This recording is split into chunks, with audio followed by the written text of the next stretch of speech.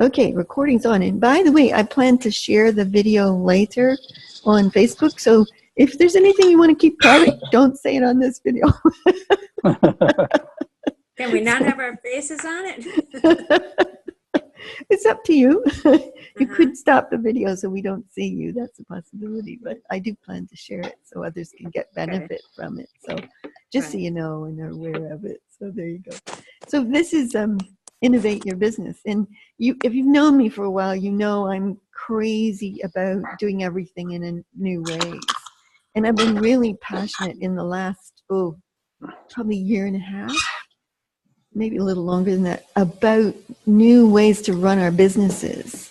And because most of us are probably solopreneurs, you know, we're entrepreneurs and we're probably, you know, just us kind of thing, then I think it's especially important because if you notice there's this kind of driving trend away from all the high marketing stuff, and, you know, everybody's kind of starting to find that stuff's like nails on a blackboard, you know, all the do it this way and market it and do the sales and all that stuff. So I've been really into recently doing things in really kind of unique, creative ways. So last week I did a call for the Silver Tent, which is for a group of women over 50 around the world.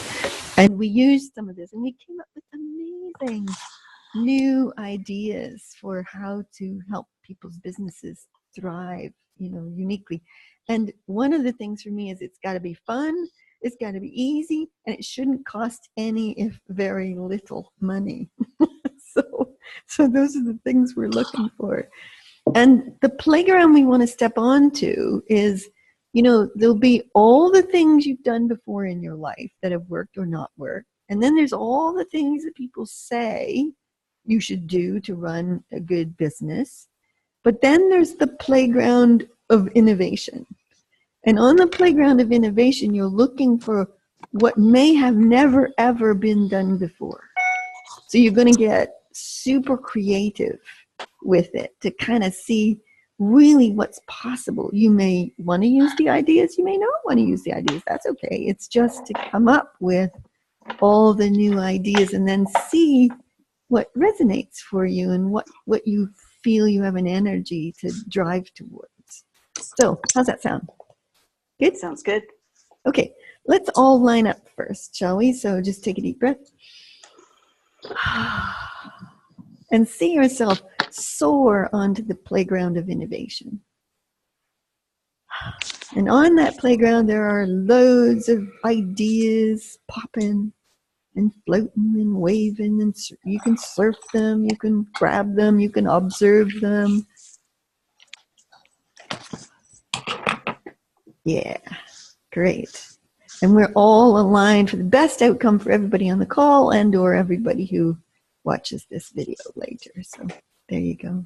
So most of the people I tend to work with are either coaches, trainers, artists, writers, some healers, you know, that kind of thing. So I'd just love to see from all of you, just kind of with a show of hands, kind of how many of you are coaches? Can I just see how many of you are coaches? Okay, good number of you. And how many of you are trainers? So, yeah, okay, good. And how many are artists, writers? Yeah, oh, isn't it interesting? You guys, I love that we're called a multifaceted. That's awesome. So, healers, anybody healers? Yeah, okay, great. Hey, Rosie. Great to have you with us. Wonderful. So, okay, so we could use specific examples, and we may do some of that. But I thought what we'd try first is kind of using like some of those things and see, well, if you're an artist or if you're a coach, what are the new ideas you might use? So rather than specific to a person and what's going on in their business, we could try it that way first. But it also kind of was interested in what's your biggest challenge around getting your business out there? And I don't need everybody to talk about it, but if as we're going through the first exercise, if you get a chance to put it into chat, If you just put your cursor up over your screen, chat will come up on the bottom. And you can just type a chat message to us all, so we can just see what's your biggest challenge, and then we can look at that as well. Okay? In the case of most people, I would say it's probably finding new business, new clients is probably what hits most of us, but it may not be that for you. So some of you may be just having a flood of that, and you have a completely different challenge with it. So, okay, so how about if we start? I think there was a lot of people that on the call that are coaches, right? So how about if we start with stepping onto the playground for coaches? And how might we innovate coaches getting their work out in the world, getting their the new people to respond to them and to get interested in their coaching? Okay, should we play with that first? Sound good? Okay, all right, here we go. So take a deep breath. Find yourself on that playground of innovation. And as you stand there, we're asking the question, we're putting coaches as the focal point. And we're asking, what great new ideas could coaches use to bring new business, new clients towards them? Okay, we'll just take a minute and see what we all get, and then we'll share. Here we go.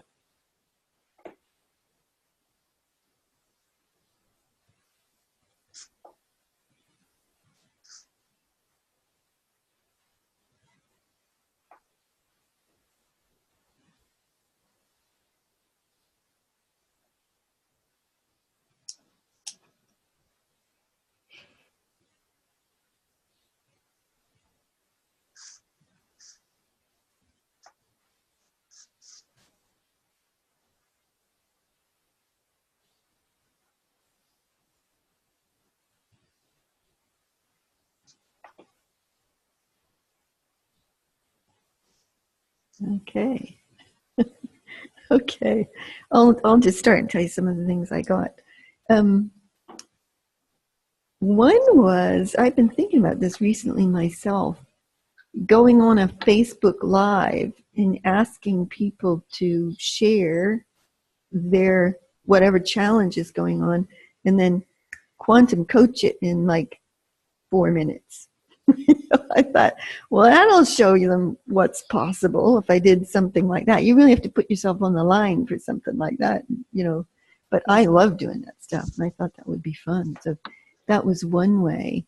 The other was, I've forgotten it. So I'll come back to it, because as you talk, I'll remember it. So I'm going to let somebody else share what you got. So what'd you get as ideas for coaches? Yes. Can I just go? Yeah. What about writing some case studies? Now, you know, it's just so that other people actually get some ideas that, you know, you're not going to be alone in terms of the type of problem that you have. You know, over the years, I've noticed that there is a lack of information for coaches. And so maybe something like that would be useful. Yeah, can I butt in? This is something I've been thinking of doing. You know, it's really, rather than the actual coaching now, I feel as though very strongly I've got to write about it. And I've gained so much material, really good material over the last 2 or 3 years, that I feel it's imperative I get it out there. Do you know, I'm in love with Facebook Live, I have to say. I just love it. And really short bursts of them really seem to work. Because it's not just a video and they have to watch a video, they can engage with you and ask questions and like things. And I don't know, for me, it's a kind of new modality of getting it out there, but I would recommend keeping it short, you know, 3 to 5 minutes probably, and maybe you do particular tips or something like that. I really like doing it that way, and I'm going to play with a bit of that myself. It's interesting. Santina is one of the people who just today started my Quantum Coach series. And that was fun, because I thought, because I don't want to teach anymore. I want to collaborate with people. I want to unleash their mastery. And so in that series, I've been doing a series that Gunhild's in as well. She's in almost the last month of it. But in Santina's new one, I'm going to every day, I'm hoping to do Facebook Lives. Today I did one that wasn't live because my live seems to be a bit stuck. But I did a 3-minute video on what's the difference between traditional coaching and visionary coaching and transformative coaching and quantum coaching. Like, what is it? And then I set instructions for them to feel as if they're about to do that with a client. And how does that feel? And then to describe the differences. So, because I was trying to get them to orient to a different space. And I thought, wow, that's really interesting. I've never done it like that before. I've always either, put out a chapter or a longer video, but this was 3 minutes, and then it was, here's the experience. And that, I think, is going to work pretty well to keep people moving through their own experience. And then at the end of saying, how do you do it? Not just how do I do it and I'm telling you to do it this way, but how do you do it? What's your mastery? How do you unfold that? So it's been a challenge for me since January, literally coming back into my work after we traveled for 2 years, and find a way to not teach, but to still engage and get the work out there. So I've had to be quite innovative with it, actually, which is fun. You're good at what you do, and you have quite a following. For myself, it's been a few years that I've taken off to take care of myself health-wise, and to kind of rethink, like you have as well, as to how to relaunch. And I find that, I've become more of a hermit. So the challenge there is, okay, how do I, if I do the Facebook Live, who's going to be there to actually see me? Well, do you know, I was coaching somebody recently who's an artist, and she has been out of it for quite some time. She's been going through divorce and all kinds of stuff, and she just really is coming back into it. And I said, this was 6 months ago, I said, start a group on a topic you're passionate about. And she did. And so by the time she was ready to do a webinar on kind of how you unleash your creativity, she had 246 people in the group. Wow.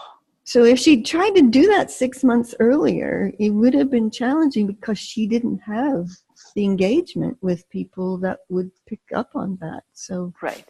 That's another way to do it, is start a group on something you're really passionate about, and that tends to work. So, yeah. Anybody else? Are you talking about a Facebook group? Yes. Yes. Okay. I run my whole business on Facebook now, completely, totally, 100%. I hardly get any emails anymore.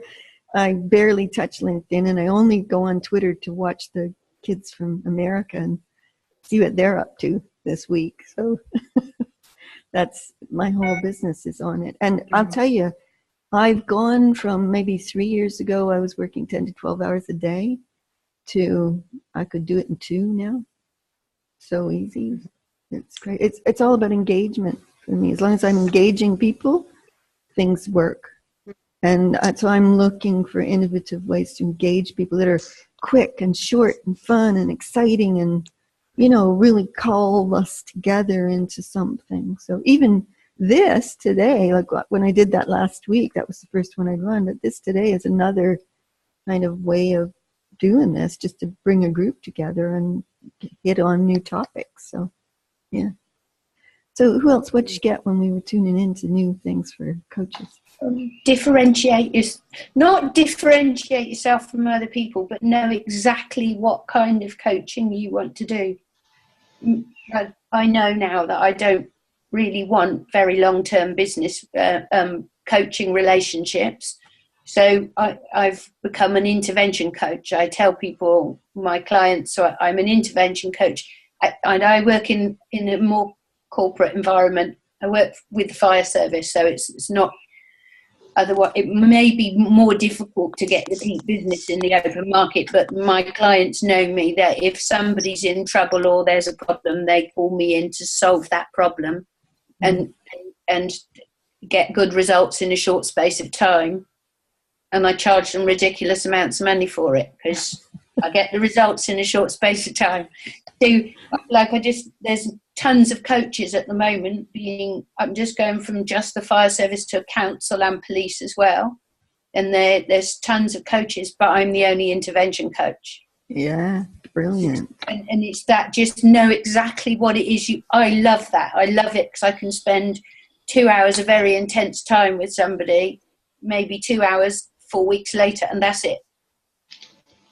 That's brilliant. Whatever suits you, person. Yeah. I find that too. I had somebody about 3 or 4 months ago who wanted a particular interview. It was a firm she'd already worked with, and then she'd come away from them and she had a bad experience and she really wanted to go back at a different level.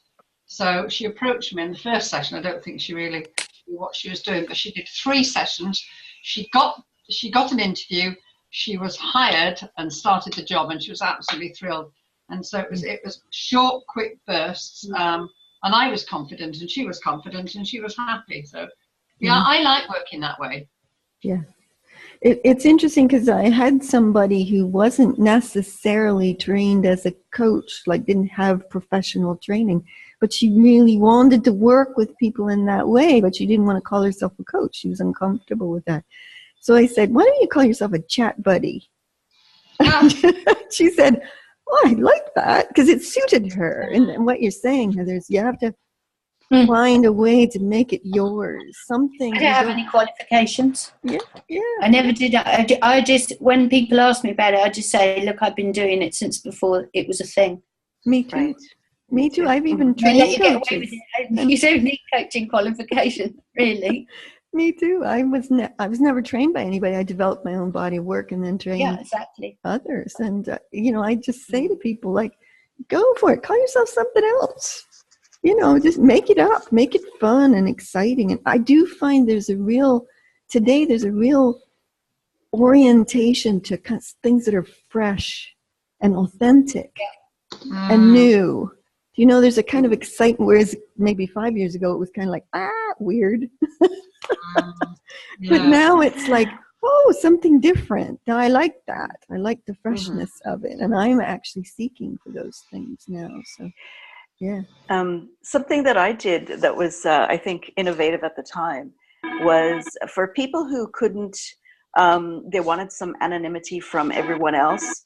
I did something called walk and talk.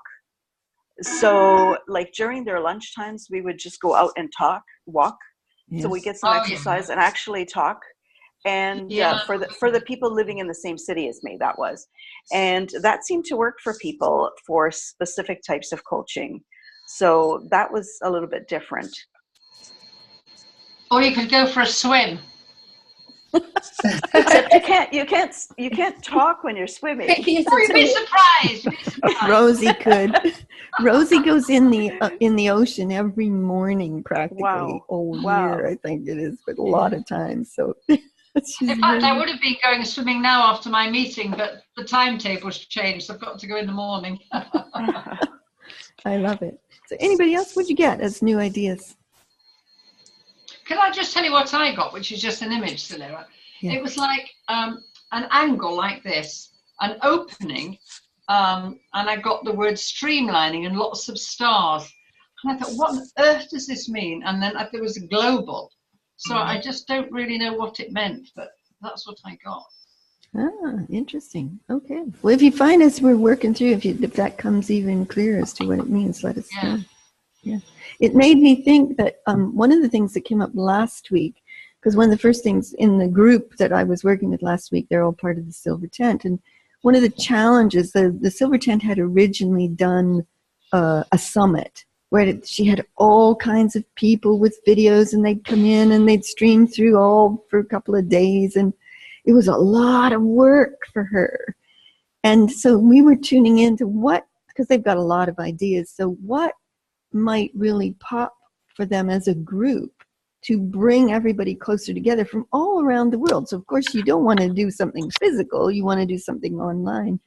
And we came up with the idea of an online festival where each person in the tent would have an opportunity to maybe have a half-hour slot, and they would come in and offer their genius for half an hour, and then the next person would come in and offer theirs. And it was like visiting festival tents or tables, where somebody didn't have to do all the work and record all those videos and do all those interviews. It was a collaborative co-creation that would bring the whole tent together.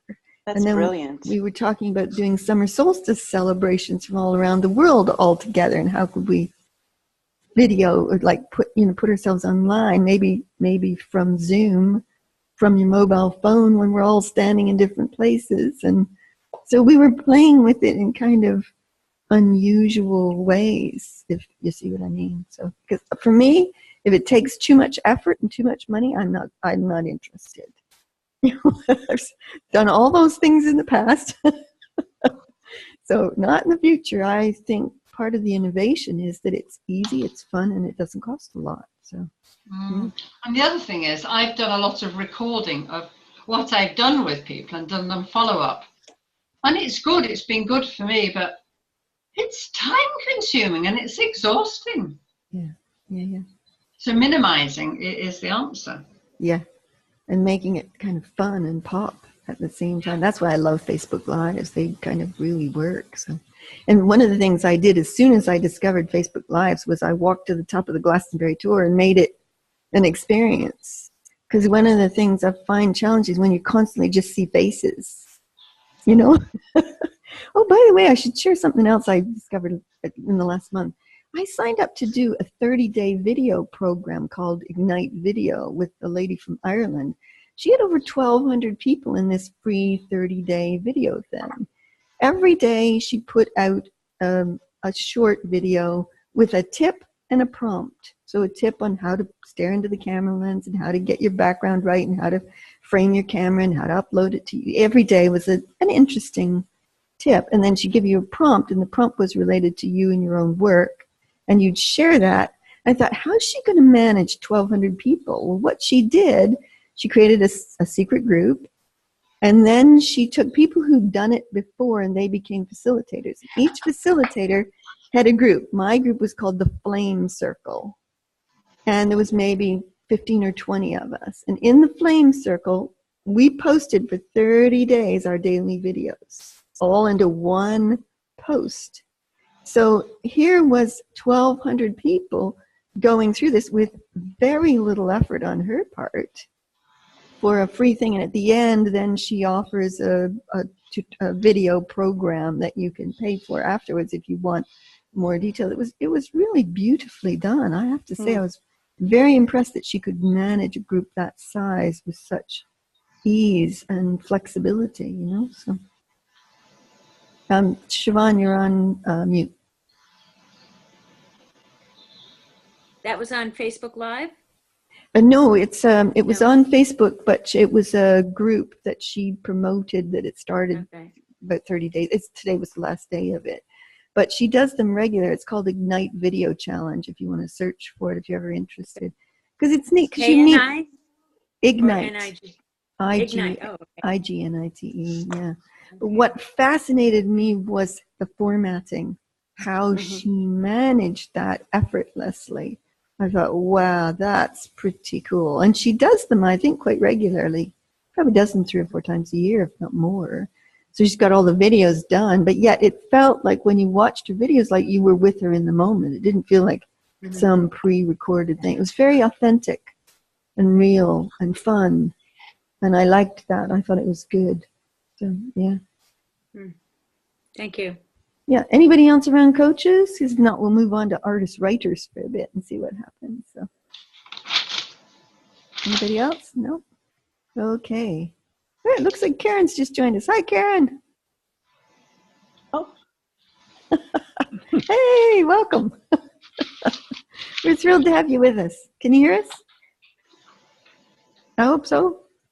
We can't hear you, so I'll keep us going. So, okay, so I thought we'd do writers, artists, or anything in that category. How do you get your art and your writing? Because when I asked about challenges, Gunhild said, where is it here? Let me just see. To make myself interesting to a publisher. I get that one. And Britt's a photographer, so let's add photography into that, or anything like that. You might be a digital artist. You might, have various forms. Anything kind of creative. And before we start, I'll just share. I'm coaching somebody who is an artist, and we were looking at ways for her to sell her paintings. And, there's all the typical ways. Oh, go find a place to exhibit it in, et cetera, et cetera. And as I was talking to her on Skype, I could see behind her there was a painting on her wall, and it was beautiful. And I said to her, when you put an image up, just an image on a post, it looks lovely, but it's just an image. But when it's sitting behind you on the wall and I can see the light and you can start to tell me about it, I think you should do Facebook Live art exhibitions. And she said, oh my God, I love that idea. So she's going to start doing it probably sometime in the next week.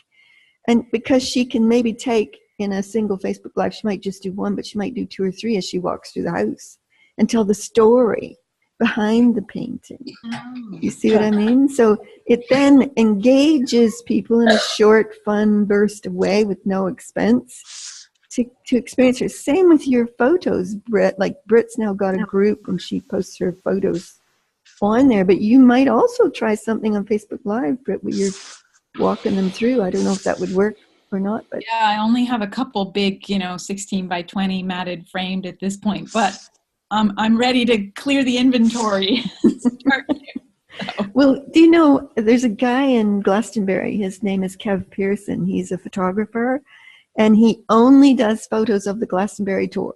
Like, you'd wonder how he can keep finding new photos every day he goes out for sunset, he goes out for sunrise, he lies in fields in the middle of the night to catch the lightning hitting the top of the tour. It's amazing. So he recently wanted to set up a shop, but he didn't have the money to do it. So he created a GoFundMe page for people to contribute, and he raised enough money to get the shop. So he's now got a shop in Glastonbury. And I go in every time I'm over there because there's always new beautiful photos up on the wall and images. And the other day I saw that he was doing a contest.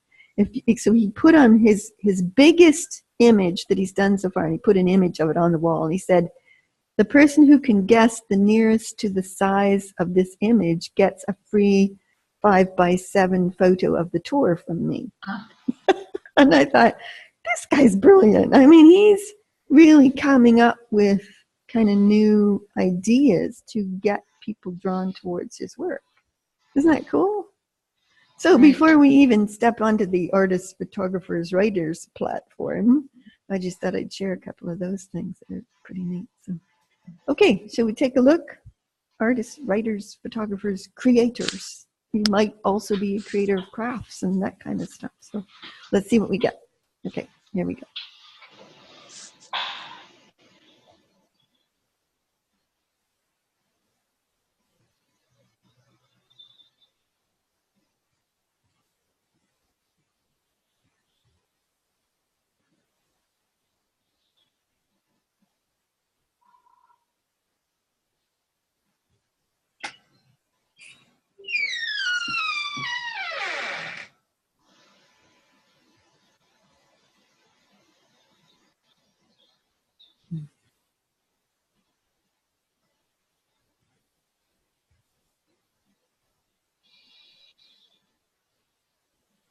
Okay. Britt, in your case, I could see you doing something with your photography. I could see you going out and explaining to people, it's kind of like a Facebook Live, but showing people that you're taking how you're taking the photograph. As you're taking it, what magic because we've talked about this, you call magic out of nature. She takes photographs of nature and she calls the magic out and then snaps it. And it's like explaining that process with a Facebook Live running while you might have to have 2 cameras, but while you're taking the picture would be an intriguing thing that I haven't seen anybody else do. And then I was thinking about Gunhild. She's writing a new book. She has a book she's previously published, but she has a new book. And I was thinking about posting snippets of the new book, Gunhild, to get people interested in it before it's even done. Like what I did with They Call Me Avalon, I just wrote that one from January to March. And I just made the whole thing public. I created a group, an open public group on Facebook. And I wrote a chapter a day, and not only posted the chapter, but I then read the chapter on video to everybody. And then at one point, I went up to the top of the tour and read the first 3 chapters from the top of the Glastonbury tour on a Facebook Live. So it was kind of a different way of generating the interest and the connection. And then you had a GoFundMe for the publishing, which many of those people who've been reading along were interested to support. Yeah, they did. Yeah. And I'm going this week because I'm waiting for the sunshine. Probably this weekend when Julia's visiting, I'm going to the tour and taking the photos that will be a part of the book. So it's exciting. And then next week I'm going to the printers to talk to the printer about how I'm going to create this very special book. I don't just want to make it a normal paperback. I want it to be a very unique and powerful experience for people to pick up this book and get the impression of Avalon. And Centauri is just writing The Return of Merlin. He's almost finished, and it's all based on the Glastonbury tour as well. So we may put the 2 books back to back and create it as one print run for the 2 books. So we'll see. It's exciting. Yeah. Okay, so who else? What'd you get while you were doing that one? Yeah. One of the things, it just reminded me of one writer that I was working with previously, and she was going to be doing some self-publishing. And so she said, where am I going to get the money for all of this? And one of the ideas that we came up with that she resonated with was to have people have characters named after them by supporting the book. Oh, great idea. So, I mean, it doesn't necessarily have to be a main character, but, I mean, you're coming up with names anyways for different characters. So that's kind of creative because all of a sudden, when you're writing, as for those of you who write, a name actually gives you some other, characteristics about the person as well. So it's almost like, you're collaborating in the writing of the book. And so you're more interested in the outcome of the book as well. So then they're going to tell a whole bunch of other people about it. So then you're going to end up selling more books. Wow. Oh, that's just genius. I love it. I popped that one in the back of my head for future. Yes. Anybody else? Again, I got something really obscure. It was like a giant T shape, a bit like a boomerang with a piece at the bottom, and I don't know what on earth this stands for. Well, ask Rosie. Take a look at it and ask it to tell you what it stands for. Just have a look.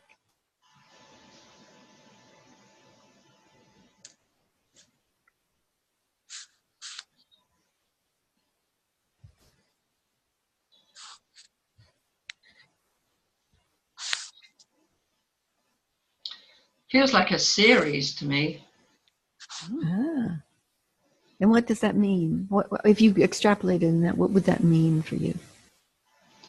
I did do a series of self-help books. Whether it's another series of self-help books or short stories, I don't know. Do you know? Because you do a lot of art, don't you, Rosie? Yes. As well as writing. Yes. And you could put those 2 things together.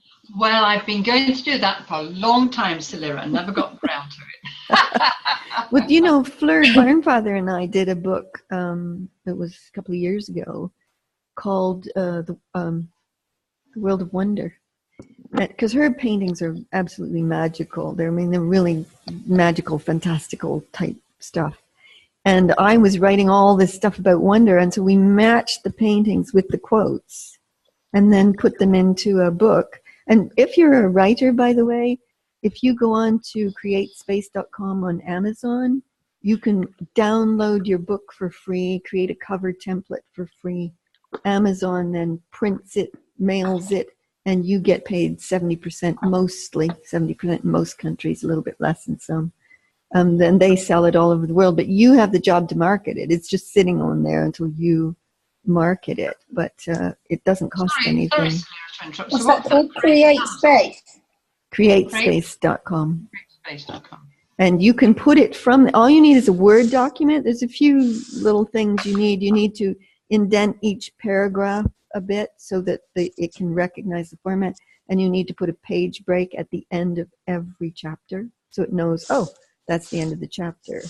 And then you just upload your Word document into the book, and then you create you choose cover template, you pop in the image you want, and it creates the whole thing for you.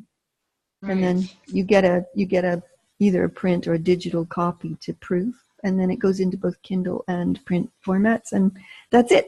You just start making money out of it. You don't have to pay a cent for it. All my books I've done that with, but except for this coming one, because I want it to be special. I don't want it to just be a paperback. I want something really unique. So they call me Avalon. So that's why I'm going to a Glastonbury printer to get it done. That's why I did a GoFundMe, because it's probably going to cost me about £600 for 100 copies, he tells me. So I'm committed. But by the time you sell those 100 copies, you're going to have money for more than Another 100. Yeah, exactly. Yeah, it's an investment, but I have to sell them, and I have to post them as well, which I've never really wanted to do. So one of the things I was just playing with, because of course in Glastonbury, that book would sell better than most places because it's about Glastonbury. And on the street. Yeah, and in street and in Wells, because there are... No, on the street. I mean, on the street, yes. There are markets in both Wells and Glastonbury, and I thought it would cost a fortune to get a market stall. It doesn't. It costs £27 for a market stall. That they give you the table and an awning so you don't get rained on. £27. That's nothing. Like for you guys in Canada and the US, that's probably about $50. It's just nothing. That's one book. That's one book. Yeah. So I thought, coming up in the summer, I just might give it a go, and maybe I'll bring some of Fleur's art with me and help to sell some of her paintings and some of our books and stuff just for fun. I'll give it a go and see what it's like. But for that, you might also have cards, from each of the images in your book, and even posters. Well, Fleur does have cards of her work. I don't have them of mine, but yes, you're right. I could do a big poster. Because then on the title down, you would have and even your email address for ordering or whatever. Ooh, I like it. I can see it now. I can see a big picture of the tour, and then a few pictures along the bottom, like footnotes, and then they call me Avalon, and here's where you buy it. Ooh. And also, if you want to do cards, you might also want to do a double one with envelopes, so that people could have, if they want to give a gift or whatever, they can write on. It's a nice, and then again on the behind it will say something. This is from a book, blah blah blah. You can order, yeah. Or the first X number, get a free card and autographed. Personalized copy, of course. Of course, yes. Well, I could use Fleur's cards because she's got them professionally printed and they're beautiful. So, yeah. I just happen to have a set of cards here, illustrations from by Ernest Shepard, Wind in the Willows. Oh, lovely! Wow. So that's an example from a book. Yeah. So I really all the information. I really like that poster idea, Gunhild, because a lot of people would like that, Yeah, and also if you're going to be on a stand, your book is going to be a high-end product. Yeah. And even your coaching might be, there also as a leaflet. But the cards would be a low-end thing, and the posters would be a medium thing. So you would have. Right. People don't have that much money, they would still be able to buy something, and there will still be an information there how to get hold of the rest of it. Well, also in Glastonbury, they have fairy fairs twice a year and a goddess conference once a year. Who knows? I may give it a go. We shall see. That'd be kind of fun, even just to be a part of, So yeah. Sounds like I should bring my book to the goddess conference. Yes. That's a good idea. Grandma Gertrude, yes, for sure. Yeah. And you never know that photographer that you love so much, perhaps he'd have a little space for a few of your books. And maybe. I wanted to use his photography, but he tells me it costs £50 an image plus $360 for the cover. And I was like, nah, it's too expensive. So I'll do them myself, which I think is the right thing to do. I think it's better if I do it. So anyway, yeah. Say that again, Karen? You're a very good photographer. Yes, I'm having a ball doing photography, actually. Yeah. Yeah, so your photographs would be gorgeous. Well, and my plan when I get to the tour this weekend, I've already put out a request to the weather gods to bring dragon clouds. So there you go, Britt. I'm following in your. Great. If you need any help with the editing, just let me know. You know, I'm sure the song will be great, but sometimes a little extra sparkle with the editing doesn't hurt. Okay. Well, I'll let you know how I do with it. So there you go. So yeah, Gunhild. Can I ask you, does any of you have any experience with if you want to sell your stuff through a store, how much is it reasonable that they get from the profit? Depends on the store. Bookstores normally take 30% that's their margin. It's lower than almost everything else in retail. But some people, I've sold books when I lived in the south of England. I've sold books through like a health store, like self-help books, and they were willing to have them there, and they didn't want anything. Well, Gunhild was asking about how to get yourself to a publisher. And the typical way is you send a copy to all these publishers with a letter, and I have tried that in the past to no avail. I find that pretty challenging. And yet, there are people I know, especially in Denmark, they seem to have really easy in Denmark to get publishers, to even fund them before the book is written. So, yeah, Gunhild. Well, my experience is that the publishers are very similar in the way what they're looking for. They're looking for, do you have what they call a platform?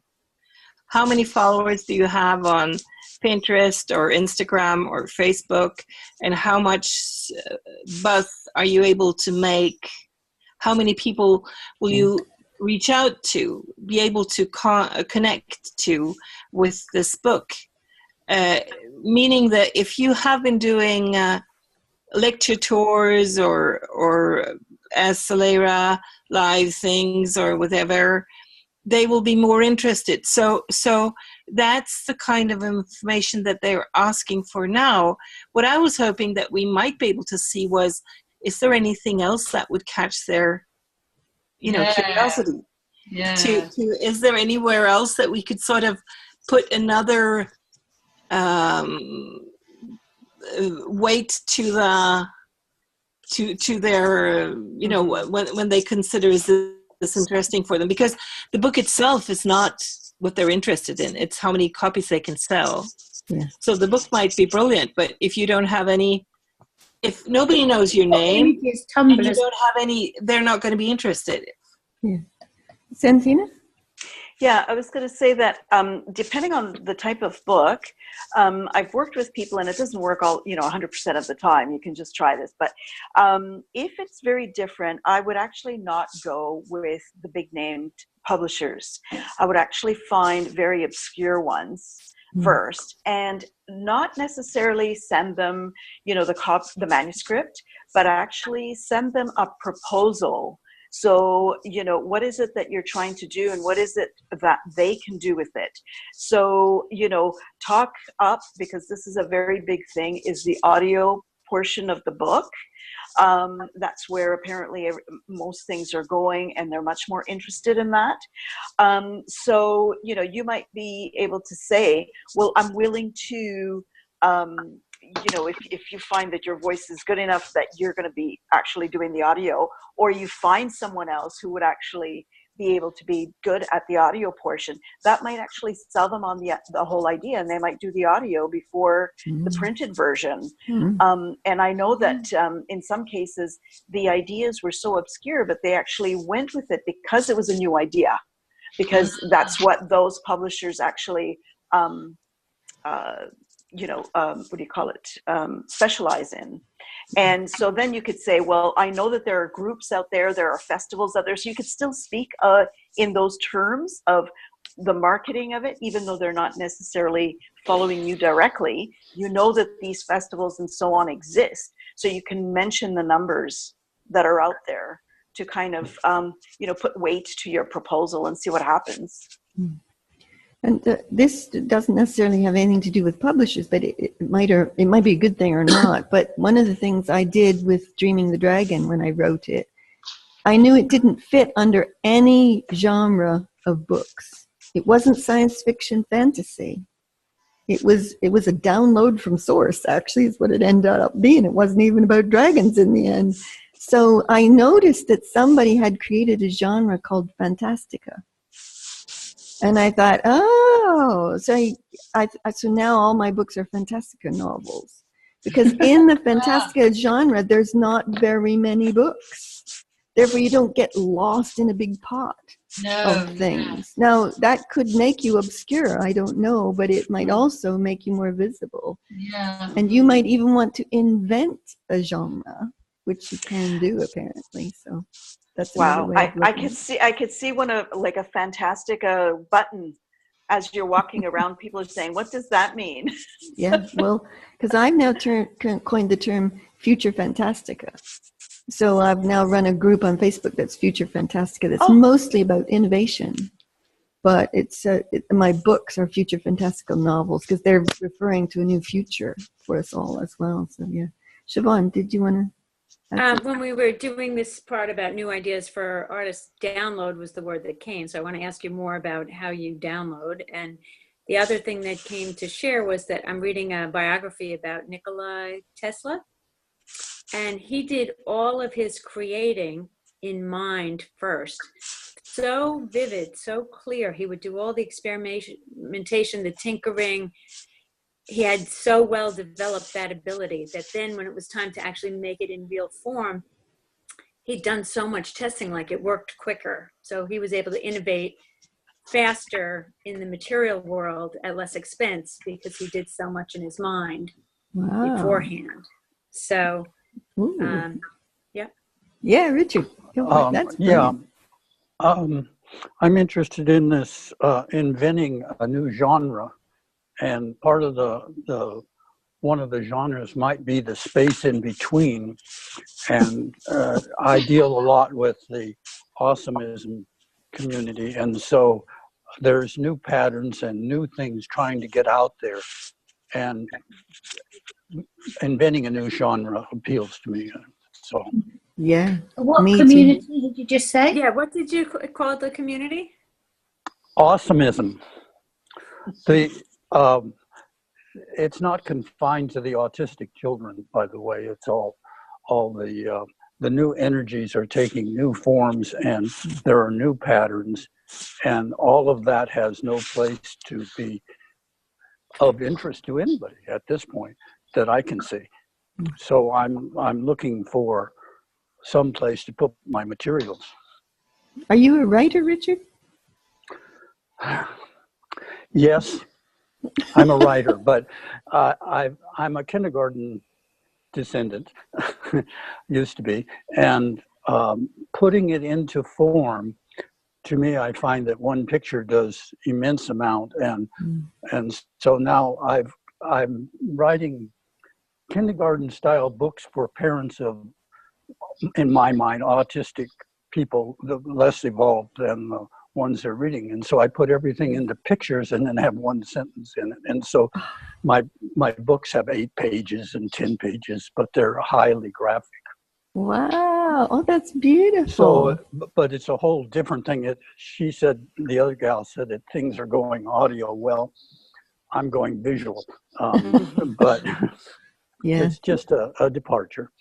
Yeah, I get that. But that new genre, the space in between, is my attempt to bridge what people are doing. And with the energies I deal with a lot. Anyway. Beautiful. Oh, I love that term, the space in between. That's brilliant. That's quite genius, actually, because it is the space in between. So. Yeah. Wow. I love it. Well, we've got a few minutes left, and I want to switch to Siobhan, because she said the challenge was to fill a new live workshop event. Boy, I know that one. Are you talking about an online workshop or a No, I'm in-person? talking about an in-person. So Okay, I just good. certified in a Success Principles course, and I want to target millennials. I don't know. I just saw a thing on the news that 25 million American millennials still live with their parents.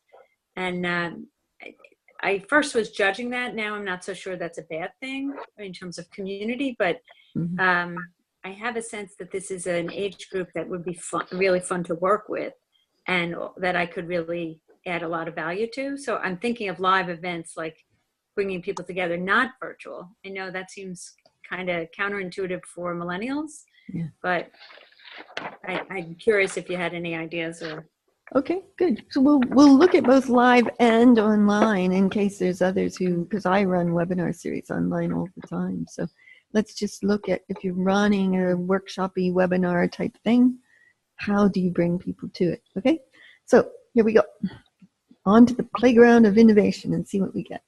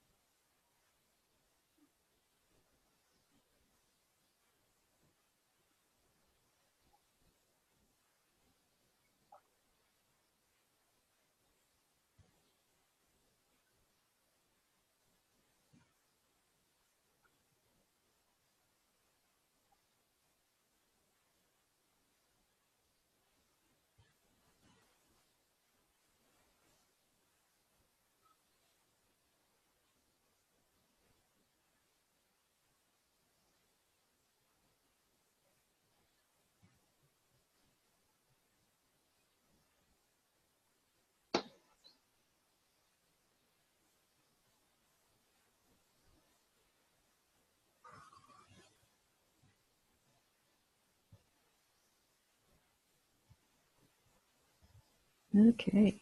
Gunhild just had to leave us. She said, thanks for great collaboration. She has to leave early, so she had let me know earlier. I got something specific for you, and it may not be how to fill a live one, but I was more, I know you said you have a particular body of work you're going to bring to it, but I was playing with millennials and what they want and need, and it was like visioning a millennial future and the part they'll play in that.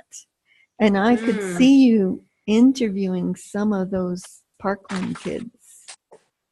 And what kind of kids? The Parkland kids from Florida. Oh, okay. Aren't they millennials? They're millennials, right? Yeah. I mean, they're just amazing what they're doing. Oh my God, they just take my breath away. But you could even find, like, you probably got your family has kids or local high school. Find them and do little mini clips. It might be a picture of the photo of them. You know, Humans of New York, how Humans of New York does it? Yes. It's like that, but you got a picture, and then they're in a couple of sentences saying the vision of their future. And then or you might put a picture in of one of them and says, millennials are wonderful, they do this. And, you know, it's really like a positive affirmation of them as who they are for the possibility. And that would call them into a space with you. And I don't think it is just live in your local area. I think it's both. I think it's live and online, right? Online, because it's big. It's really big that they need the Parkland kids have set the tone for visionaries in such an incredible way, and all those high school kids are being called into a new thing. And if somebody could just capture that and bring vision and a future makers to them, would be incredible. That's what I got. So thank you. I got circles of 10. That's just what kept coming. Circles of 10. Oh, how interesting. That's what I got. Oh. Like, you know, the circles they have on Facebook when they're reminding of things from the past. I got circles, like big balloons, and each one had something. I'm not sure what was in them, but all the sorts of things that Lyra was talking about millennials, those could be in them as a sort of way of advertising. Siobhan, a friend of mine created a mentor program for businesses and high school students. And she goes into business and gets paid to train them to be mentors, and then coordinates with the high school and coordinates the program and keeps it all in movement. And she gets paid by the business. But she's had enormous impact, both on the people in business and the kids. Right. Actually, she just loves the kids. She finds who they are is just amazing. So, yeah. Heather, were you going to say something? I just got to take it to where they are.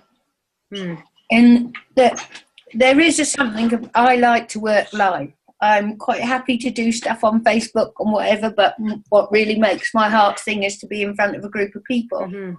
And so, Slara, what I did, because it's hard work to get people's bums on seats in the open market. So I just thought I'm just going to package it so I can take it into somewhere where they are. And I'll call it something to do with work and take it to where people work. And that was a very long time ago, like 20 years ago. So it's been a long time now. And you build up your reputation slowly, but where do they gather? And I was thinking schools and colleges, but also co-working spaces, a lot of, where are you? I'm on Long Island. Okay, so in the States, a lot of people, younger people, are co-working now, and the co-working spaces are really interesting. I've just thought maybe that's a place to take it to where they are. Love it. Thank you. Or even a coffee shop.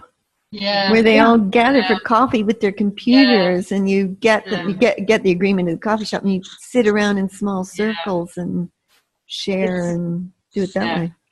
That's coincidental because I got Starbucks. It came up because of what Starbucks was just doing. That they announced yesterday or the day before that they're having this training and that they're closing down all their shops for a day to give training on diversity. And so they might, because a lot of the millennials probably work at some of the Starbucks, you might be able to do something through the Starbucks, if not in the actual spaces. They might be able to sponsor some of the things. And the other thing that I got, which was very clear, is it's a live on the go. So combining something that Solera had said earlier, just snippets of the live version as you're walking through town, as you're walking through the schools, so that people can actually listen to you as they're walking to school, as they're doing, going on their daily thing. And perhaps that could be part of the program, that part of it is live on the go, and the other part is that if they're in your city, that they might come and meet you once a week or once a month. Yeah. Wow. These are great ideas. Thank you. Yeah. Do you know, one of the things that the Parkland kids said, that their high school prepared them to do what they're doing. So rather than a shooting happened and they all went into grief, they had debate clubs where they were debating gun reform the day before it happened. They had creative writing classes where they were learning how to write. They had social media classes where they were learning how to deal with social media. They had all kinds of stuff inside the school. They said it was like going back to a 1950s school program in the U.S. because they offered the kinds of programs that aren't offered in most schools anymore. They're kind of that extracurricular type stuff, And you might be able to find a way to come in using that as an example of how these kids were prepared.